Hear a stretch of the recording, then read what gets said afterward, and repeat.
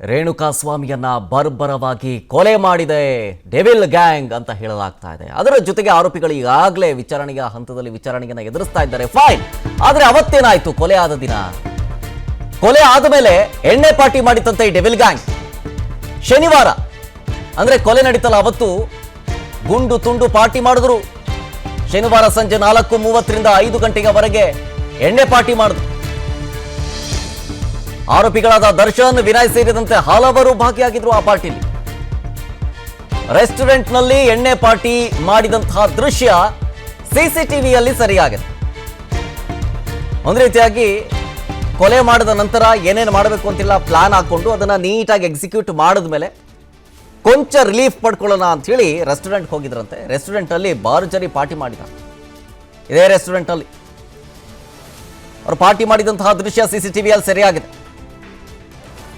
ಗಮನಿಸ್ತಾ ಇದ್ದೀವಿ.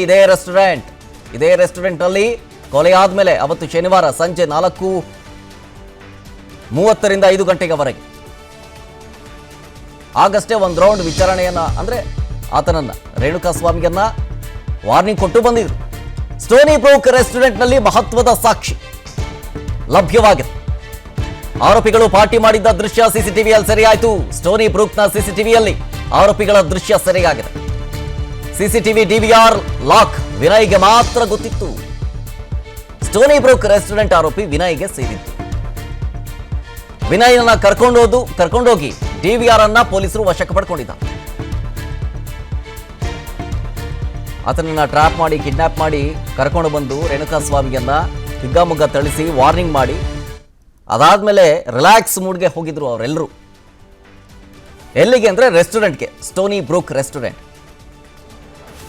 ಅವ್ರು ಪಾರ್ಟಿ ಮಾಡಿದ್ದು ಸಿಸಿಟಿವಿ ವಿಜುವಲ್ಸ್ ಅಲ್ಲಿ ಗೊತ್ತಾಗಿದೆ. ಈ ಸ್ಟೋನಿ ಬ್ರೂಕ್ ರೆಸ್ಟೋರೆಂಟ್ ಇದೆಯಲ್ಲ, ಇದು ಆರೋಪಿ ವಿನಯ್ಗೆ ಸೇರಿದ್ದು. ನೋಡಿ, ದರ್ಶನ್ ಅವರ ಪಕ್ಕ ನಿಂತಿದ್ದಾರಲ್ಲ, ಆತನದ್ದೇ ಸ್ಟೋನಿ ಬ್ರೂಕ್ ರೆಸ್ಟೋರೆಂಟ್. ಹೀಗಾಗಿ ಆತನನ್ನು ಕೂಡ ರೆಸ್ಟೋರೆಂಟ್ಗೆ ಕರ್ಕೊಂಡೋಗಿ ಎಲ್ಲಿ ಪಾರ್ಟಿ ಮಾಡಿದ್ರಿ, ಸಿಸಿಟಿವಿ ಇದೆಯಾ, ಅದ್ರದ್ದು ಡಿವಿಆರ್ ಕೊಡಿ ಅಂತೇಳಿ ವಶಪಡಿಸ್ಕೊಂಡಿದ್ದಾರೆ ಪೊಲೀಸರು. ಇನ್ನು ನೆಕ್ಸ್ಟ್, ಚಿತ್ರರಂಗದ ಕೆಲ ನಾಯಕರಿಗೂ ಕೂಡ ಸಂಕಷ್ಟ ಎದುರಾಗೋ ಸಾಧ್ಯತೆ ಇದೆ. ಯಾಕೆ? ಡೀಟೇಲ್ಸ್ ಬರ್ತಾ ಇದೆ. ರೇಣುಕಾಸ್ವಾಮಿ ಮೇಲೆ ಹಲ್ಲೆ ನಂತರ ಪಾರ್ಟಿ ಮಾಡಿದ್ರು ವಿನಯ್ ರೆಸ್ಟೋರೆಂಟ್ನಲ್ಲಿ. ಒಂದು ಸಣ್ಣ ಮೀಟಿಂಗು, ಅದಾದ್ಮೇಲೆ ಪಾರ್ಟಿ. ಕೊಲೆ ಪ್ರಕರಣದ 10ನೇ ಆರೋಪಿ ವಿನಯ್, ಆತನದೇ ರೆಸ್ಟೋರೆಂಟ್ ಇದು. ಪಾರ್ಟಿಲಿ ಸಿನಿಮಾ ರಂಗದ ಕೆಲ ನಟರು ಕೂಡ ಭಾಗಿಯಾಗಿದ್ರಂತೆ. ರೆಸ್ಟೋರೆಂಟ್ನ ಸಿಸಿಟಿವಿ ದೃಶ್ಯಾವಳಿ ಪರಿಶೀಲನೆ ವೇಳೆ ಇದೆಲ್ಲವೂ ಕೂಡ ಗೊತ್ತಾಗಿದೆ. ನಮಗೂ ಕೊಲೆಗೂ ಸಂಬಂಧ ಇಲ್ಲ, ಊಟಕ್ಕೆ ಹೋಗಿದ್ವಿ ಅಷ್ಟೇ, ಕೊಲೆ ಬಗ್ಗೆ ಏನೂ ಕೂಡ ಗೊತ್ತಿಲ್ಲ ಅಂತೇಳಿ ದೂರವಾಣಿಯಲ್ಲೇ ಆ ನಟರು ಮಾಹಿತಿಯನ್ನ ಕೊಟ್ಟಿದ್ದಾರಂತೆ ಪೊಲೀಸರಿಗೆ. ದಯವಿಟ್ಟು ನಮ್ಮನ್ನ ಪೊಲೀಸ್ ಸ್ಟೇಷನ್ಗೆ ಕರಿಬೇಡಿ, ನಮಗೂ ಅದಕ್ಕೂ ಸಂಬಂಧ ಇಲ್ಲ ಅಂತೇಳಿ ನಟರು ಗೋಳಾಡ್ತಿದ್ದಾರಂತೆ ಪೊಲೀಸರ ಮುಂದೆ. ಡೀಟೇಲ್ಸ್ ಕೊಡ್ತಾರೆ ನಮ್ಮ ಪ್ರತಿನಿಧಿ ಅಭಿಷೇಕ್ ಜಯಶಂಕರ್ ನೇರ ಸಂಪರ್ಕದಲ್ಲಿ. ಅಭಿಷೇಕ್, ಅವತ್ತು ಶನಿವಾರ ಕೊಲೆ ಆಯ್ತಲ್ಲ, ಅವತ್ತು 4:30ರಿಂದ 5 ಗಂಟೆ ಸುಮಾರು ಸಂಜೆ ಪಾರ್ಟಿ ಮಾಡಿದ್ರಂತೆ. ಆ ಪಾರ್ಟಿಲಿ ಕೆಲವೊಂದಿಷ್ಟು ಬೇರೆ ಬೇರೆ ನಟರು ಕೂಡ ಇದ್ರಂತೆ. ಯಾರ್ಯಾರಿದ್ರು? ಏನಾದ್ರು ಇನ್ ಡೆಪ್ತ್ ಡೀಟೇಲ್ಸ್ ಏನಾದ್ರು ಸಿಗ್ತಾ ಇದೆಯಾ ನಿಮಗೆ?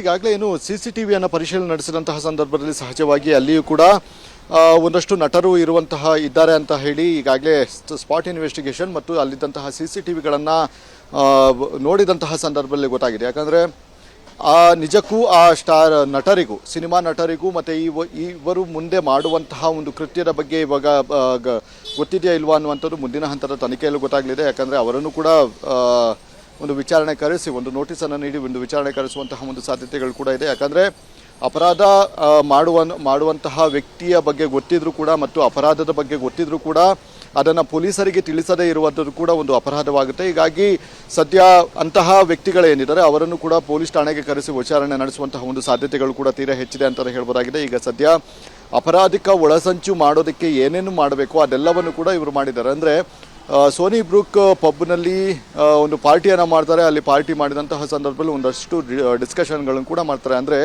ರೇಣುಕಾಸ್ವಾಮಿಗೆ ಯಾವ ರೀತಿ ಟಾರ್ಚರನ್ನು ಕೊಡಬೇಕು ಮತ್ತು ಯಾವ ರೀತಿ ಬುದ್ಧಿ ಕಲಿಸಬೇಕು ಅನ್ನುವಂತಹ ಒಂದು ಮಾತುಕತೆಗಳು ಕೂಡ ನಡೀತಾ ಇತ್ತು ಅಂತ ಹೇಳಿ ಈಗಾಗಲೇ ಅರೆಸ್ಟ್ ಆಗಿರುವಂತಹ ವ್ಯಕ್ತಿಗಳೇನಿದ್ದಾರೆ, ಅಂದರೆ ಮಾಲೀಕ ವಿನಯ್ ಹಾಗೂ ಇನ್ನುಳಿದಂತಹ ವ್ಯಕ್ತಿಗಳೇನಿದ್ದಾರೆ ಅವರೆಲ್ಲರೂ ಕೂಡ ಈಗ ಅಲ್ಲಿ ಒಂದು ಪ್ಲಾನ್ ಅನ್ನು ಮಾಡಿದ್ರು ಅಂತ ಹೇಳಿ ಬೇಸಿಕ್ ಇನ್ವೆಸ್ಟಿಗೇಷನ್ ಅಲ್ಲಿ ಗೊತ್ತಾಗ್ತಾ ಇರುವಂಥದ್ದು. ಅದಕ್ಕೆ ಬೇಕಾದಂತಹ ಸಪೋರ್ಟಿಂಗ್ CCTVಗಳೇನಿದ್ದಾವೆ ಅದೆಲ್ಲವೂ ಕೂಡ ಪೊಲೀಸರು ಈಗಾಗಲೇ ಸೀಸನ್ ಮಾಡ್ಕೊಂಡಿದ್ದಾರೆ.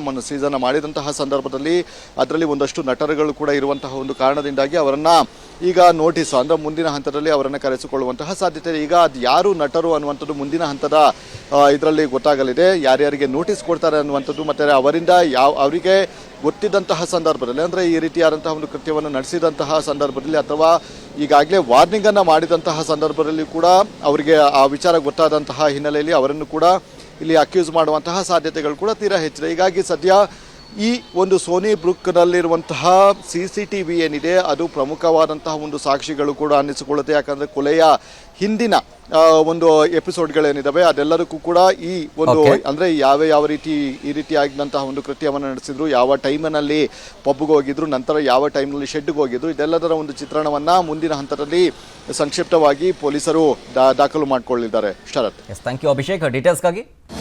ಅನುಕ್ಷಣದ ಸುದ್ದಿಗಳಿಗಾಗಿ ವಿಸ್ತಾರ ನ್ಯೂಸ್ ಯೂಟ್ಯೂಬ್ ಚಾನೆಲ್ ಸಬ್ಸ್ಕ್ರೈಬ್ ಮಾಡಿ. ಹೊಸ ಸುದ್ದಿಗಳ ನೋಟಿಫಿಕೇಶನ್ಗಾಗಿ ಬೆಲ್ ಐಕಾನ್ ಕ್ಲಿಕ್ ಮಾಡಿ. ಲೇಟೆಸ್ಟ್ ಅಪ್ಡೇಟ್ಸ್ಗಾಗಿ www.vistaranews.com ವೆಬ್ಸೈಟ್ಗೆ ವಿಸಿಟ್ ಮಾಡಿ.